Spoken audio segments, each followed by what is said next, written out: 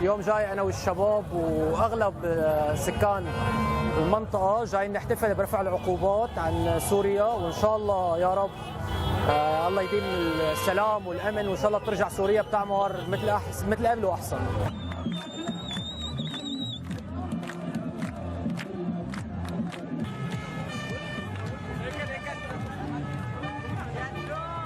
بارك الله ابن سلمان، شيخ ابن سلمان، بارك الله فيك. أردوغان بارك الله فيك. قطر بارك الله فيكم. والله أكبر فرحة نكون مع الشعب السوري. الشعب السوري بالباله الحرية.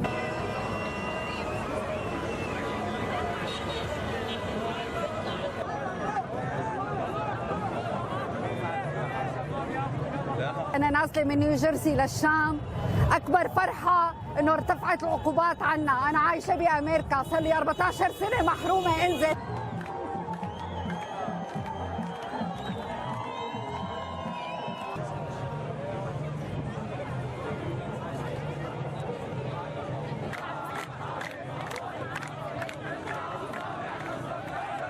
اليوم جاي يحتفل الحمد لله برفع العقوبات عن سوريا، وبحب اتشكر بهالمناسبه هي السيد الرئيس والسيد وزير الخارجيه اسعد الشيباني على الجهود الدبلوماسيه اللي بذلوها خلال ال5 شهور المتواصل غير منقطعه، وبحب اشكر كمان دوله قطر وتركيا وكل من ساهم برفع العقوبات عن شعب سوريا، وخاصه كمان الجاليه السوريه بامريكا.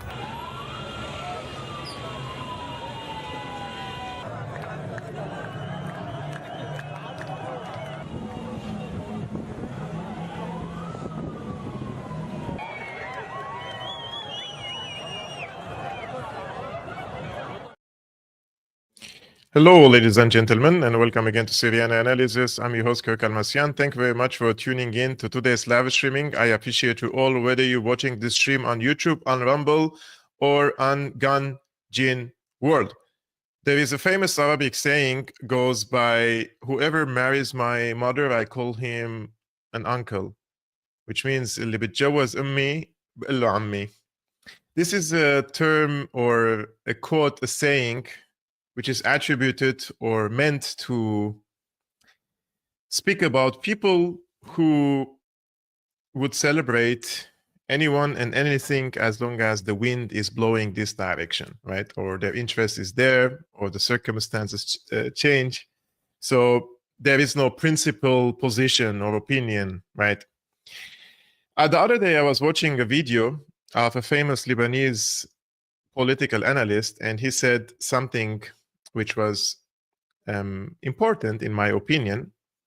He said, during the Ottoman Empire, when the Jamal Pasha, the butcher, visited Syria or Damascus, there were thousands of people in the streets celebrating him and welcoming him. And then when the Brits pushed the Arab revolutionaries to rise against the Ottoman Empire, the revolutionaries were received again by thousands of people and celebrated the independence of these countries from the Ottoman Empire. That didn't live long because the French came and occupied Syria, and then there were people celebrating the French presence and the French mandate in Syria. And then the French left the country, and there were people in the streets celebrating the French removal from Syria. And then coup after coup after coup, around 9 to 10 coups happened, and every time people were celebrating the coup, and they were saying, this is the one that we need as a leader. And the final coup happened by Hafez al-Assad, and the people not only celebrated him, he was appointed as the absolute leader of Syria for 30 years to come. And during this time, Hafez al-Assad was liked and loved and respected and celebrated in the streets, among the military, among the people, with tens of thousands of them. At one occasion, I believe he was ill and he had to undergo surgery. And when he returned, they celebrated him like it was the end of the day, you know, like a new Messiah has came. And they have even carried his car. There were like tons of people, thousands of people in the street carrying his car on their arms and their shoulders and walking the car in the streets. Meanwhile, Hafez is in the car. Then when he died and Bashar came, the people went to the streets and celebrated Bashar. And then Bashar left, people went to the streets, celebrated his removal. I really don't know what to say. Really. Now, the people a few years ago, they were saying, thank you, Russia, for saving us from this terrorism. And now they're saying, thank you for Qatar and Saudi Arabia and Turkey for helping Syria get rid of the sanctions.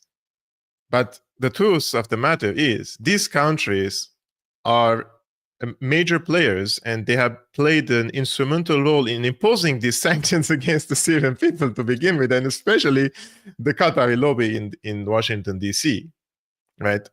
So these people basically are thanking the people who imposed the sanctions on them to begin with, which they shouldn't have done it, right? And I will argue at the end of this conversation with you. I wrote an op-ed, an opinion article today about this case and where I stand personally from the sanctions and the removal of these sanctions. I've been covering the sanctions against Syria for quite a long time, and I've been criticized for doing it, and I've been called an Assadist because they told me if we lift the sanctions against Syria, then we will help the Assad regime. So you're helping the Assad regime. Although the vast majority of the people in Syria, they were the ones who suffered the most from these sanctions. And if you went to Syria and lived there for 2 weeks and you experienced life in Syria under sanctions, you would have understood the gravity and the dreadfulness of the sanctions against the Syrian people. Imagine you live in a country where over 90% of the people live below the poverty line, which means there are 90% of people who can or may not, at the end of the month, afford an ounce of red meat to eat. Imagine. This is how harsh the sanctions were against Syria. However, many people do not know that Syria was under sanctions or American sanctions since 1979. This is not something new in Syria. And back then, the US administration has designated Syria as a state sponsor of terrorism in the region. And what the Americans define as terrorism is the non-state actors which receive tangible support from Syria to carry out an armed struggle against the Israeli occupation forces. So sanctions were imposed on Syria since then.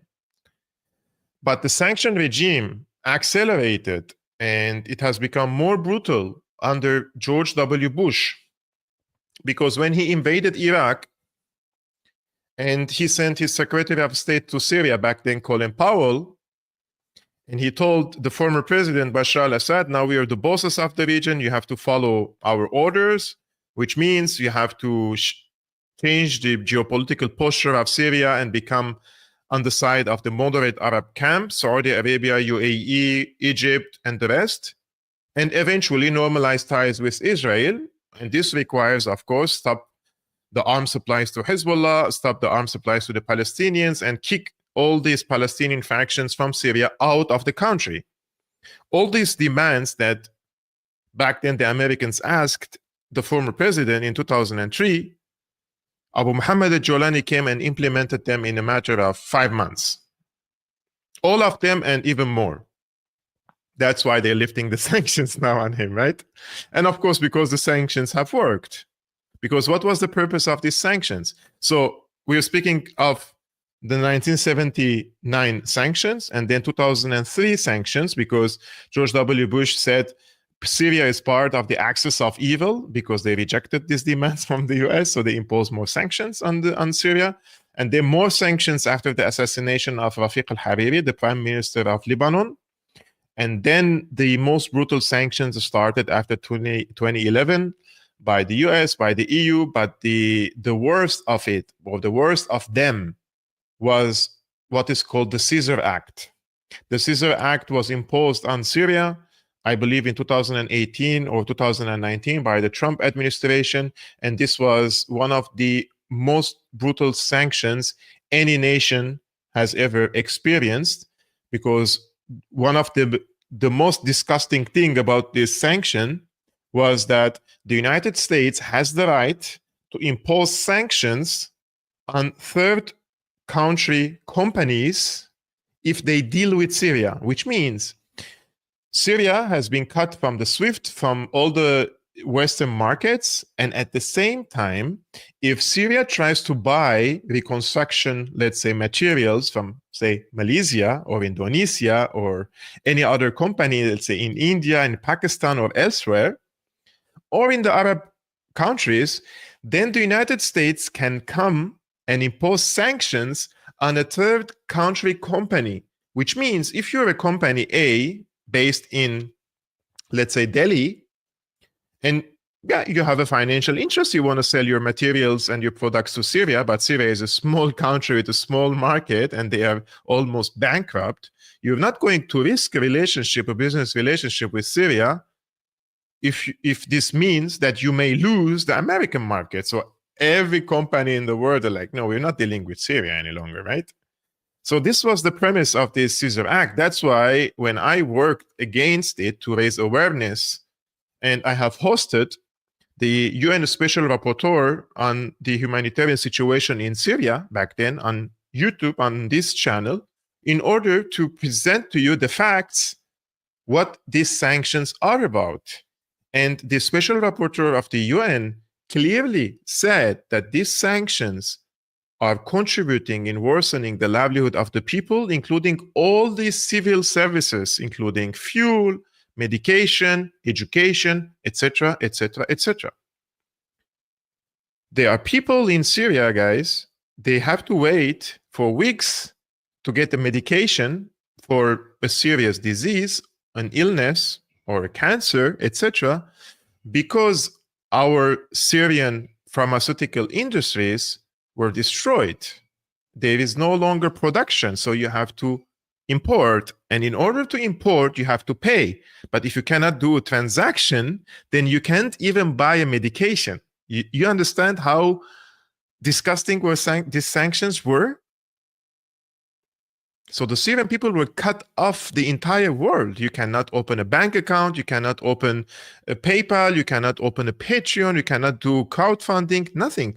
Even during the earthquake in February 2023, I believe, when the earthquake happened and the people died and the homes fell over the heads of the people, we were not able to send humanitarian aid to Syria until a decision was made with a very small window of opportunity and exception from the US Treasury to allow a very small and minimum amount of financial support to Syria if it goes to a non-governmental organization. And even that was very difficult. And many people sent their money through hand to Syria because there was no way to make the transaction. This is how disgusting the sanctions were. That's why I was against it. And I pushed against it because the vast majority of the Syrians live in Syria and they are experiencing these hardships on a daily basis. So how would I join a campaign to impoverish the Syrian people? And this was my main argument against the Syrian lobbyists and the NGOs and so-called think tanks and influencers who not only campaigned, they lobbied, they worked on the ground in Washington, D.C., alongside the Republican and Democrat congressmen and congresswomen in order to impose more sanctions on the Syrian people, which means they participated in the drafting, they participated in the proofreading and including new companies and new sectors every few weeks. So these were the sanctions. And now Donald Trump comes and he accepts the fact that these sanctions were so destructive for the Syrian people. And he wants to remove these sanctions now on the Syrian people because they have already reached the goal. What was the purpose of these sanctions? Were to demoralize and impoverish the Syrian people in order to stop them from resisting the regime change war. So if the people are poor and hungry, how are they going to fight, right? And in this case, it seems that the Trump administration is using the right words now to describe these sanctions after they reach their goal. Now Trump says the sanctions on Syria were brutal and crippling. And he suggested that they no longer served an important function. Now it's their time to shine, he says, and we are taking them all off. So this is something that Donald Trump mentioned during his visit to Saudi Arabia during this speech. Let's take a look. Likewise, in Syria, which has seen so much misery and death, there is a new government that will hopefully succeed in stabilizing the country and keeping peace. That's what we want to see in Syria. They've had their share of travesty, war, killing, many years. That's why my administration has already taken the first steps toward restoring normal relations between the United States and Syria for the first time in more than a decade. And I'm very pleased to announce that Secretary Marco Rubio will be meeting with the new Syrian foreign minister in Turkey later this week. And very importantly, after discussing the situation in Syria with the Crown Prince, your Crown Prince,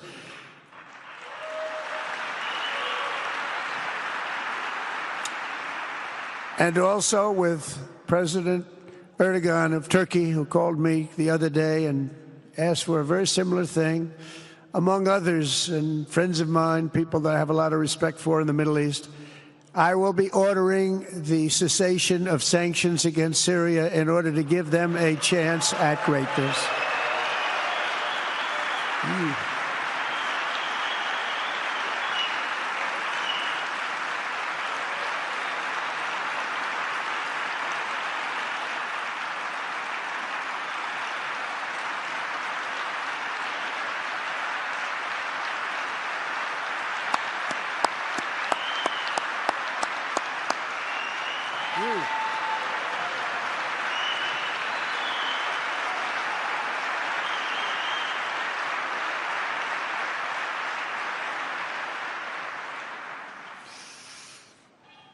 Oh, what I do for the Crown Prince. The sanctions were brutal and crippling and served as an important, really an important function, nevertheless, at the time. But now it's their time to shine. It's their time to shine. We're taking them all off, and they're going to have, I think they're going to have, based on the people and the spirit and everything else that I'm hearing about. So I say good luck, Syria. Show us something very special like they've done, frankly, in Saudi Arabia. Okay, they're going to show us something special. Very good people. So, Mohammed, I want to thank you again very much for having me. And as a representative of what I think is the greatest nation in the world, we are with you all the way, and you have a tremendous future. Thank you very much. And please. So, I don't know if I should also celebrate him or not, but he was the man who imposed these sanctions on the Syrian people to begin with. And he said they had to serve a purpose, right? And the purpose was to cripple the Syrian economy, to kill the Syrian currency, to impoverish the Syrian people, to demoralize them, and all this stuff. One of our friends, Angelis Dania, he mentioned this on his X account, and I think this summarizes everything. Giuliani's coup and capitulation have rewarded Syria's enemies by achieving all the objectives they set when they instigated a proxy war for regime change, enforced crippling sanctions, and stole Syria's oil and wheat. The sanctions are no longer needed. They serve their purpose. Yeah, exactly. For those guys who aren't aware of the policy, basically, the official policy of the US when it comes to the sanctions, and this is not only exclusive for Syria, right? We can copy the same rhetoric and the same statement and the same script in all other countries which challenge the US hegemony, let's say, right? and one of which is now Venezuela, Cuba, in other places around the world, Iran, for example. And you can copy the same script in these countries. And this is Dana Stroul. She was an official in the Biden administration's DOD. I think she was the deputy defense minister for the Middle Eastern affairs or something.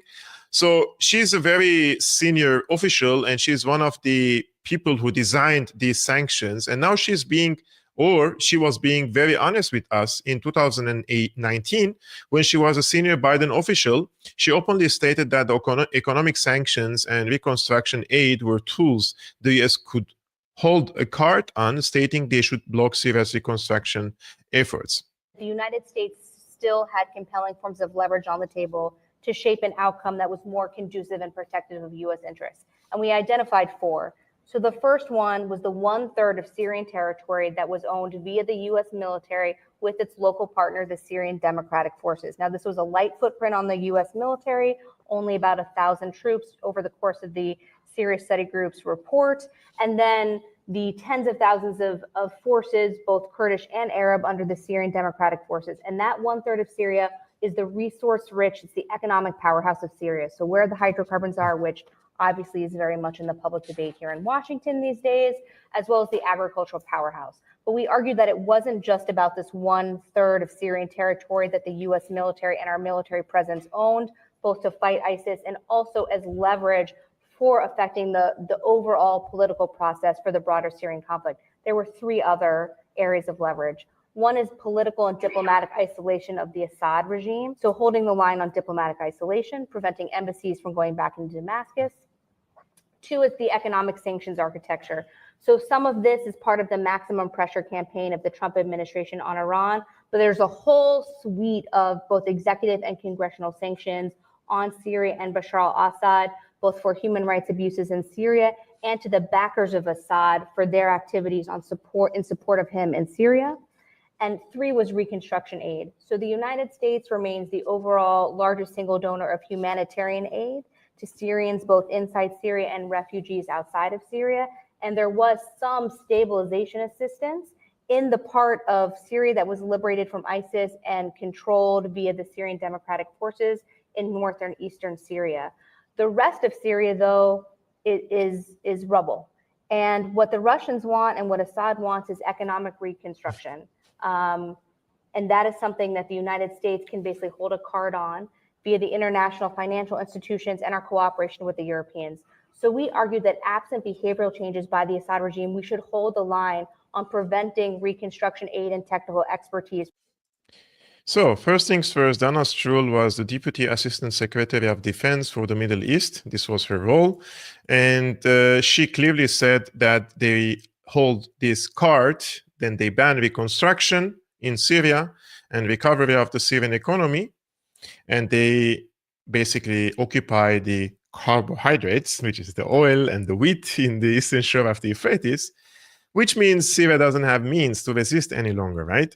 And this is why they were expecting from Assad a behavioral change. And what is this behavioral changes, right?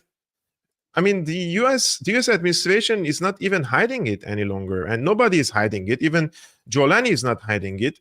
This is the press secretary, Caroline Levitt. She's the assistant to the president and White House press secretary. And this is how much she is honest about it. She says, today, President Trump, at the invitation of Crown Prince Mohammed bin Salman, met with so-called Syrian President Abu Muhammad al-Jolani. President Erdogan of Turkey joined by phone. President Erdogan praised President Trump for lifting sanctions on Syria and committed to working alongside Saudi Arabia to encourage peace and prosperity in Syria. The Crown Prince also commended Trump for his decision to lift the sanctions, calling it courageous. President Trump thanked President Erdogan and the Crown Prince for their friendship and told President Jolani that he has a tremendous opportunity to do something historic in his country. Trump encouraged President Jolani to do a great job for the Syrian people and urged him to, 1, sign onto the Abraham Accords with Israel. So normalize ties with Israel. This is the first. It comes even the first. They don't even put it at the end. The first one is to normalize ties with Israel. 2, tell all foreign terrorists to leave Syria. Yeah, but where are they going to live, Habibti? Like, do you really think all these thousands and thousands of multinational terrorists will just pack their bags and go? No, this has to be done through international coordination, and the countries of origin should receive them, right? 3, deport Palestinian terrorists. The Palestinian terrorists are, guys, Hamas, Islamic Jihad, and the Palestinian Liberation Movement in Damascus, according to the US designation. So basically, the same demands that basically the US asked Assad in 2003 after the invasion of Iraq, and they asked him again the last time in October 2024.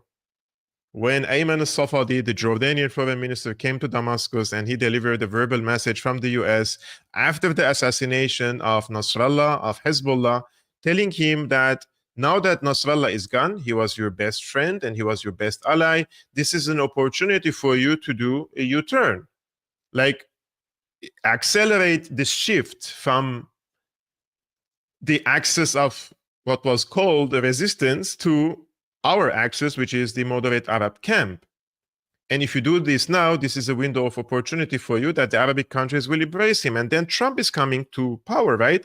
And they would have presented this as a card for Trump that, look, Bashar is now sealing the borders with Hezbollah and kicking the Palestinian factions out of Damascus. So he doesn't present any threat against Israel, especially that the Syrian economy is in tatters and the Syrian army has been I mean, I don't want to say destroyed, but at least weakened due to the hostilities, right? And exhaustion in the military. So they would have sold it as a win for Trump in exchange for lifting the sanctions. And my sources say that Assad rejected to seal the borders with Hezbollah and push the Palestinians under the bus. This is what I was told. Therefore, when the ceasefire agreement reached, I believe, reached on the 10th or the 20th of November. And then 6 hours later, the ceasefire agreement in Lebanon, 6 hours later, Jolani attacked Aleppo. So you do the math. So this was never about democracy, human rights, diversity. Those are all smokescreens. Is Jolani building a democratic state? Is he respecting human rights? Is he treating the Syrian people with respect?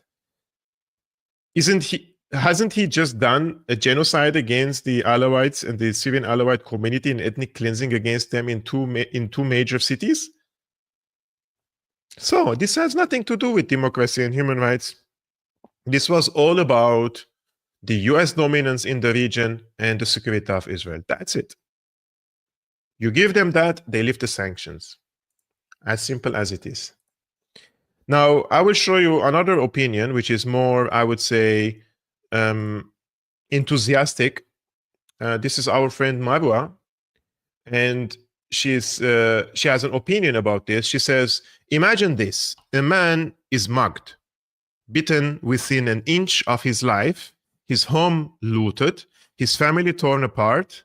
Years later, when he is lying in a coma, those who beat him return to say, good news, we will let you have a sip of your own water now. This is exactly what some are celebrating as the lifting of sanctions on Syria. They are cheering for crumbs, throwing parades for a thief who pockets your wallet, then offers you back a receipt. Let's be real about what these sanctions relief doesn't include. It doesn't end America's illegal occupation of Syrian land or its looting of Syria's oil. It doesn't stop Israeli airstrikes on sovereign Syrian territory. It doesn't reverse the theft of entire factories by Turkey carted off across the border. It doesn't reopen bombed-out drug plants, fertilizer industries, or textile mills. It doesn't let Syria freely trade, grow, or build without US oversight and Zionist approval.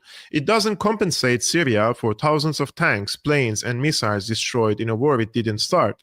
It doesn't rebuild the Syrian army. It doesn't address the crushing unemployment. It won't restore the Syrian lira nor bring back security or unity.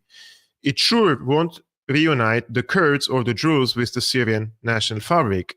This lifting sanctions won't give Syria back its independence, snatched by American boots, Zionist bombs, and Turkish greed. But it will fatten the wallets of warlords like Giuliani and his crew. So I ask you, what exactly are you celebrating? Is it relief or just being grateful for the chain around your neck being slightly loosened? Rest in peace, Syria. Well, my friend Maro, what can I say to this? I'm not like celebrating, and I'm not sad about what's happening. I just want for the Syrian people to live. And to be honest with you, what is going to happen next? As I said, only a few days after the regime change in Syria, you can go back to my streams, and I think one of the titles says, Syria, you will own nothing, or Syrians, you will own nothing and you will be happy. And this is the reality of the matter. So I will tell you what's going to happen. The US companies will take over the Syrian oil in the eastern shore of the Euphrates. French have taken the seaport in Latakia. Israel has taken the entire south. Everything south of Damascus, all the way to the borders, is either demilitarized zone or under Israeli occupation, whether aerial or land. What else? What Syria doesn't have a sovereignty. It is under the patronage of Saudi Arabia, Turkey, and Qatar. And Syria surely doesn't have a national economy any longer. So the difference between Syria in the past and Syria now will receive a lot of investments, and a lot of companies and factories and corporations will come and invest in the country, and many people will find better jobs. So let's say Syrians used to make, let's say, in the public sector, very little, right? But now with the private sector, probably people will make between $500 to $1,000 per month on average salaries. So like in Lebanon, right? But the life will be more expensive. Things will not be as it used to be in the past. So in the past, before the war, if you made as a private citizen $600, which was 30,000 Syrian lira per month, you could have lived a very, very good life.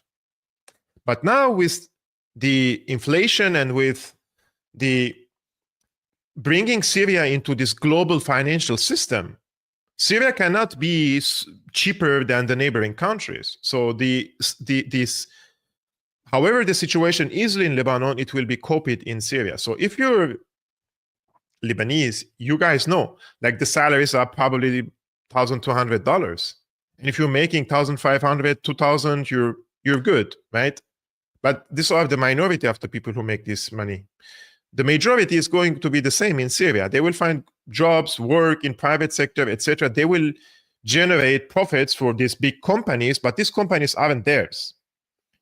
Unlike in the past, before the war, Syria had a big industrial base, civil industrial base and military industrial base, right? Both of them, they had a military industrial complex, building and researching, and at the same time, a big industrial and business sectors in the country, which they competed with these regional powers. If Syria wasn't a regional competitor and a threat, for example, to the Turkish products, then why Turkey came in 2012 and dismantled all the companies and all the factories from Aleppo, 1,500 companies, and sent them to Turkey because they wanted to de-industrialize Syria. This was all the plan all the way. Now everybody is happy. Turkey will have a control over the Syrian economy with its strong industrial base. Saudi Arabia and Qatar will dump money into the businesses, banks, and technology sectors, etc., telecommunication, etc. The Americans will take over the oil. Israel has already taken over largest swath of territories in Syria, secured its borders. Everybody is happy. And the Syrians will own nothing, and they will be happy. Now they're celebrating in the streets for basically having nothing. They have nothing in their country, zero. That's the truth. I will show you a video now of Abu Muhammad al-Jawlani Yesterday, I showed you a video of Jolani when he used to hide his face on Al Jazeera. And now this is another video of him from the same interview when he didn't want to show his face yet here. I think this was in 2013 or something. And this is what he said back then. He said, I have no trust in Arab rulers, especially the Gulf rulers, who pay tribute to the US to keep them on their thrones. فليس هناك أي ثقة في هؤلاء الحكام العرب ولا He says, I don't trust any of these Arab rulers, حكام الخليج. هؤلاء and especially these Gulf rulers. He means Saudi Arabia, Bahrain, Qatar, UAE, etc. الناس يدافعون عن عروش وعن كراسي. He says those rulers are defending only their thrones and the positions of power. فكلما اقترب الخطر من الكرسي كلما هبوا لنصرة هذا الكرسي. So every time their thrones were threatened, they defend their own thrones instead, like defending their own people. والمشكلة أن هذه الأشياء بسبب حاكم يريد أن يستولي على عرشه وعلى كرسيه سخر كل هذه الموارد لخدمة هذا الكرسي. And he says because these rulers want to serve their own thrones, they have basically invested all the national money of their countries to serve this throne instead of serving the national interests. فأصبح يدفعون الجزية لأمريكا. So they're paying like a tax or a tribute to the United States. هؤلاء الحكام يدفعون الجزية لأمريكا حتى تبقيهم. نعم حكام العرب يدفعون جزية لأمريكا. يدفعون جزية نعم. So he says all these Gulf rulers pay jizya, which is like a tribute, a tax, to the US so that the US keeps them in their positions. This is exactly what he is doing right now. And he's the one who is like thanking Saudi Arabia and the Gulf rulers for basically helping him. Like this guy just flipped everything 180 degrees. Hilarious. So what is my opinion about these sanctions and the relieving and the removal of these sanctions, right? Today I wrote an article on Substack. For those who are looking for my Substack, if you go to substack.com, just search for Kevork Almassian, the way my name is written now on the screen. And I'm trying to publish a few articles per week, so you can also read my opinion articles. I would like to read to you this article because I believe it's important for also my record and also for the future, because this is something that was so sensitive that I was mainly known as a public figure in Germany because of my participations at demonstrations and standing in front of the US embassy and asking for the removal of the sanctions on the Syrian people. And one time I have carried a banner or a picture with me. What was this incident of the police on the neck in the US? So this was on Floyd's, yeah. So there was this picture of a US police basically putting his knees on the neck of Floyd, if you remember that incident, and basically later he passed away, right? And I put on the face of the police, I changed the face of the police and I put the American flag. And then the Syrian flag on the face of Floyd, which means the US empire is choking the Syrian people through their sanctions. And this went so viral. I assure you, I received tens of death decrees on my Facebook account. People living in Germany, in Europe and abroad, sending me death threats with ISIS videos, decapitations, we will do this and that to you, and calling me a sadist, etc., etc., etc. So this is very important for me to clarify my position for myself and for the future if somebody comes and tries to distort my words again. So for over a decade, the Syrian people have endured one of the most punishing economic sieges of modern history. Western governments with full-throated support from exiled Syrian activists and lobbyists posing as human rights defenders weaponized sanctions against Syria, not to target military installations or government elites, but to demoralize, starve, and break the will of the population. Now, in a bitter twist of irony, those same actors are suddenly calling for the lifting of sanctions. Why? Because they are trying to clear the path for the rehabilitation of none other than Abu Muhammad al-Jolani, the former Al-Qaeda warlord currently dressed up for polite Western company. Let's be clear, the sanctions were never about human rights. If they were, we wouldn't be seeing them systematically destroy Syria's healthcare system, paralyze its education sector, and make basic infrastructure repair, like rebuilding water dams and hospitals, virtually impossible. These weren't incidental byproducts, these were the intended effects. The goal was to break Syria from the inside, to push its people below the poverty line until they gave up resisting regime change.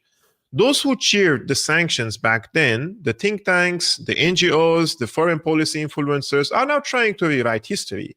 Today, they solemnly admit that sanctions do hurt the Syrian people. But if these same sanctions were so benign as they once claimed, why are they racing to lift them now as part of negotiations involving Giuliani and his Western backers? Because everyone always knew the truth. The sanctions did hurt the Syrian people. That was the point. And now, after unleashing this economic warfare, the plan is to replace what remains of the Syrian state with a warlord-led pseudo-government propped up by the same foreign powers that orchestrated the conflict. The poster child of this grotesque makeover is Giuliani, a man who says he won't stop in Damascus, but he will go all the way to Jerusalem. But don't be fooled by the implied defiance, my friends. He doesn't mean it as a liberator. He means it as a partner in normalization with Israel. So we have come full circle. The West, along with key regional actors, are lifting sanctions not to heal Syria, but to hand it over to a militant with a record of pogroms, torture, and medieval-style governance. This isn't the end of war. It's the culmination of regime change by other means. The Syrian people are now being told to accept this outcome after being bombed, sanctioned, and starved, and their reward as their reward of reviving. To accept Giuliani's normalization with Israel, to accept that their sovereignty must be sold off to Washington. Their sovereignty sold off so Washington, Paris, Doha can save face. No one voted for Giuliani. No Syrian consented to foreign sanctions that collapsed their currency and stole their future. And yet, this is now presented as the only viable path forward, as though there were no other alternative. But Syrians remember the alternative. They lived it. Actually, I lived it. And millions of them stood with the Syrian army, not necessarily out of love for Assad, but to avoid exactly what is now unfolding, a fragmented state run by foreign-backed extremists masquerading as reformers. This word, masquerading, I've been trying to pronounce it for quite some time and it doesn't work perfectly. Anyways, if the West truly cares about Syria's future, lifting sanctions must not be conditioned on accepting war criminals in suits. It must not be used as leverage to reward terrorism with statehood. And it certainly must not come with a normalization package that includes turning Damascus into a corridor for Tel Aviv. The West cannot reverse the chaos it unleashed in Syria, but it can stop compounding it. Sanctions should have never been imposed to begin with, and lifting them should be a moral imperative, not a tool for strategic extortion in favor of a militant who once pledged allegiance to Al-Qaeda. Just one last word. I have worked consistently in the past decade to raise awareness about the dreadful impacts of these illegal sanctions against the Syrian people. Today, my position is the same. I will not be a hypocrite and support them, these sanctions, to score points against the Giuliani regime. I hope that helps. So, I will show you a photo, which is, I think it's hilarious. So, this photo was taken 5 months ago, and now 5 months later, he's meeting with President Trump. Things change very fast, my friends. And this is my very short interpretation. Welcome to the new Middle East. The United States, Saudi Arabia, UAE, Israel, Turkey, and Qatar. One of the people who commented this, Muaz Mustafa. Muaz Mustafa is the director of the Syrian Emergency Task Force. And Muaz has been instrumental in imposing sanctions on Syria, right? And he played a major role in the past in imposing, drafting, adding new companies and new sectors on the US sanction list. And he played an instrumental role in keeping the maximum pressure on the Assad government, economic pressure, diplomatic pressure. He meets with influential, let's say, representatives of the US in the Senate, in the Congress, etc. And he has networked with Qatari lobby, the AIPAC lobby, and he brought lots of people into this camp of keeping this pressure on Syria until the regime change happened.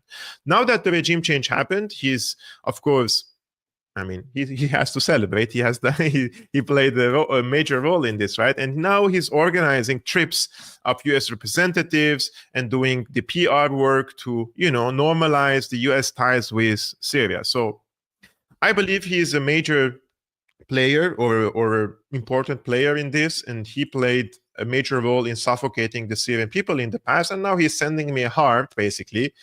He's trying to mock me, okay?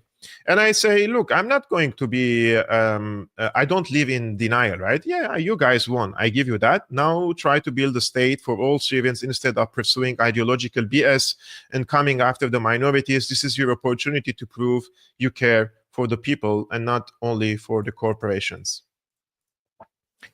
Do I really believe Jolani will do that? No. But if he does it, I will give him a credit. If he builds a state for all Syrians, and if he establishes a civil state, and everybody is equal in front of the law, and build or create job opportunities for the people, good educational sector, people are living in certain level of welfare. That's the, what can I say? Look, I've been arguing this and I received lots of backlash for saying this because I apologize for saying, but many people live in a bubble. And they have their convictions and they don't like to hear opposite opinions because their opinions they have found peace and comfort with their opinions. But some of these opinions, in my opinion, are wishful thinking. I am the main reason, the direct reason, the main consideration why I stood with the Syrian army, because I wanted my country to be independent and sovereign economically, politically, militarily. And I didn't like the US arrogance and the US empire coming and dictating how we live and what to do in our countries. And if we don't do it, they come and bomb the hell out of our countries, like in Iraq and in Libya. This was the main reason why I opposed this regime change war. There was no other consideration as important as this. But I'm telling you, since after the October 7 till the assassination of Nasrallah, everything has changed in the region. What happened is, for the people who wanted sovereign countries and sovereign economies, they have lost. They have lost. And if we don't tell the truth to the people, then we are telling them the convenient lies instead of telling them the inconvenient truth. But if we continue telling them the lies so that we get attraction and clicks and views and we generate money, rest assured, the people online are not stupid.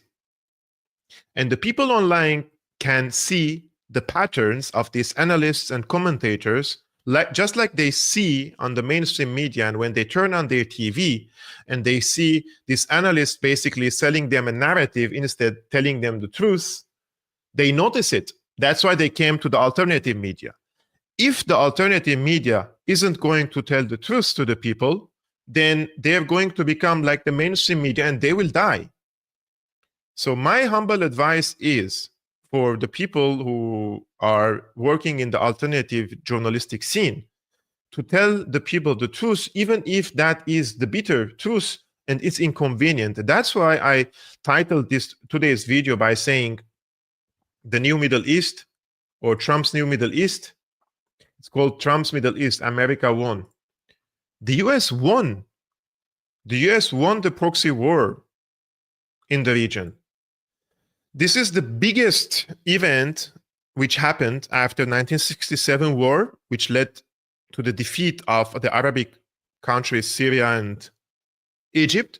And then in 73, even after the ceasefire or the cessation of hostilities between Syria and Israel and Egypt and Israel, Egypt moved and shifted its geopolitical posture in the region and joined the Camp David Accords. And since then, it revolves in the umbrella of the US, or under the umbrella of the US. So Syria stayed alone. When Egypt withdrew from the region as a power which countered the hegemony of the US and Israel, Syria stayed alone. That's why Syria also pursued a strategic relationship with Iran, which came 1 year after the Islamic Revolution in Iran, came 1 year after the withdrawal of Egypt from the Arab-Israeli conflict. Therefore, all these shifts that happened in the region, 67, 73, and then the Oslo Accords, etc., I believe what happened now after October 7, I'm not blaming, nobody comes and, do this blame game. Oh, what are you saying? Are you saying the Palestinians were wrong? I'm now evaluating the results. October 7 happened in 2023. We are in May, going to be June 2025. And when I'm evaluating it, Palestinians lost in Gaza. I'm talking about the Palestinians. If you're going to talk about Hamas, Jihad, any organization itself, that's separate. I'm talking about the people. And the same goes to the Lebanese. And the Lebanese people know that I'm telling the truth. And especially the people who support Hezbollah, they know that I'm telling the truth. And they are saying the same things that I'm saying publicly, but they're saying it among themselves because they don't want to go and say it publicly, because some people will come and say, oh, you're a traitor. Why are you saying that? But I'm telling you the truth. And Iran's inaction in the region, what do they say, this long-term strategy and long patience, it lost. It preserved its country, but Iran didn't want only to preserve its country. Iran wanted to become a regional player and kick the American hegemony out of the region. Iran will continue existing as a strong regional player, but it will not be able to change the equations in other countries like Lebanon and Syria, and soon they will also lose Iraq. So that means the Iranians have, in my opinion now, no choice but to tone down and try to pursue diplomacy and try to wait probably in the future if a new opportunity rises. But rest assured that Iran will not be able to lead the region. As long as Iran is seen and perceived as a Shia power, and since the majority of the people in the region are Sunnis, and the experience in the past 1.5 years has shown us that when Israel killed over 50,000 Palestinian civilians, over 10,000 or 15,000 kids in Palestine, all this Islamic Ummah, they didn't do anything. But when Jolani attacked Assad, everybody joined it, including Palestinians. Therefore, there is no hope for, Iran doesn't have any demographic capacity in the region to become the leading power.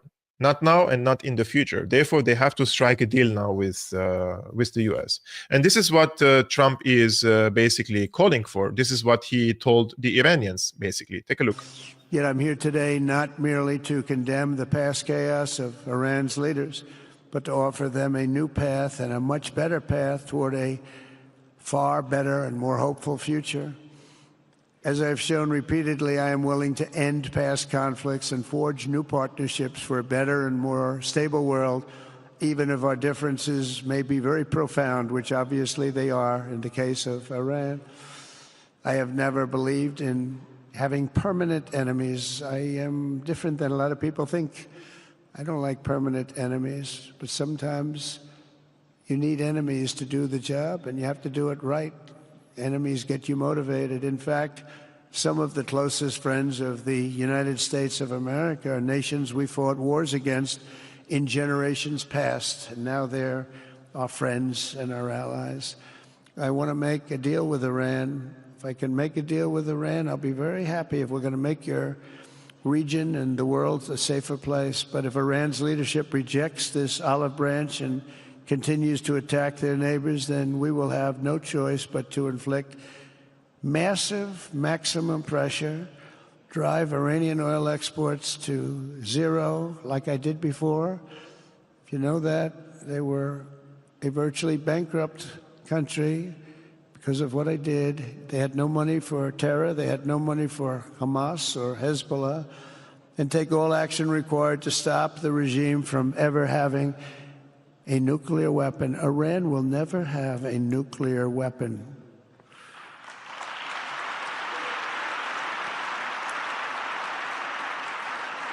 But with that said, Iran can have a much brighter future, but will never allow America and its allies to be threatened with terrorism or nuclear attack. The choice is theirs to make. We really want them to be a successful country. We want them to be a wonderful, safe, great country, but they cannot have a nuclear weapon. This is an offer that will not last forever. The time is right now for them to choose. Right now, we don't have a lot of time to wait. Things are happening at a very fast pace. They're happening right here. They're happening at a very fast pace. So they have to make their move right now. One way or the other, make your move. So, guys, what do you think about this? Do you think that Iran will strike a deal with the US, or do you think they will pursue the opposite direction, which I believe is going to be suicidal for Iran if they decide confrontation, right? I don't think they have shown an interest in the past 1.5 years to have a direct confrontation, whether it's whether with the US or Israel. They have shown a lot of restraint because they don't want direct confrontation with them, right? And the tide has changed in the region. I think that Iran is in a not better position than it used to be, for example, in 2015 when they signed the JCPOA agreement. So future will tell, but I'm very interested in your opinion, and I know some of you saying that maybe I should invite Marandi. I respect Marandi with the bottom of my heart. As you may know, guys, he was my guest several times on this my YouTube channel. But I also believe that Marandi represents the government position in Iran, and he's not going to come on my show and agree with me on my assessment because he has to defend his nation, right? So this is the position where he comes from, which I disagree with respectfully. And I think that Iran position nowadays is weaker on the negotiation table, and the tide in the region is moving so fast that Iran has to make a decision now because, as I told you in the past, there is a new economic model for the region, which the Americans, the Saudis, the Qataris, Emiratis have invested immensely in the past decade, and they want to bring quote-unquote stability just for the sake of these businesses. They don't want any non-state actors fighting against the US or Israel or resisting against this type of occupations. They just want the flow of products and money and profits, etc. in the region. And I think that Saudis are on board, the Qataris are on board, the Turks are on board, and now Syria is on board. Half of Lebanon is on board, half of Iraq is on board. So the region has changed. That's what I wanted to say. So thank you so much, guys, for tuning in to today's stream. I appreciate you all. If you're liking my streams, before leaving, I would appreciate it if you hit the like button, thumbs up, subscribe to this YouTube channel, fewer than 500 subscriptions away from hitting the 100K. And if you want to do more, you can become a patron, patreon.com/Syriana Analysis. If you don't like to use Patreon, there are different other means in the description below. And I will see you tomorrow at the same time, 5 p.m. Central European Time, 11 a.m. Eastern American Time. Peace be upon you, upon your families. Salam.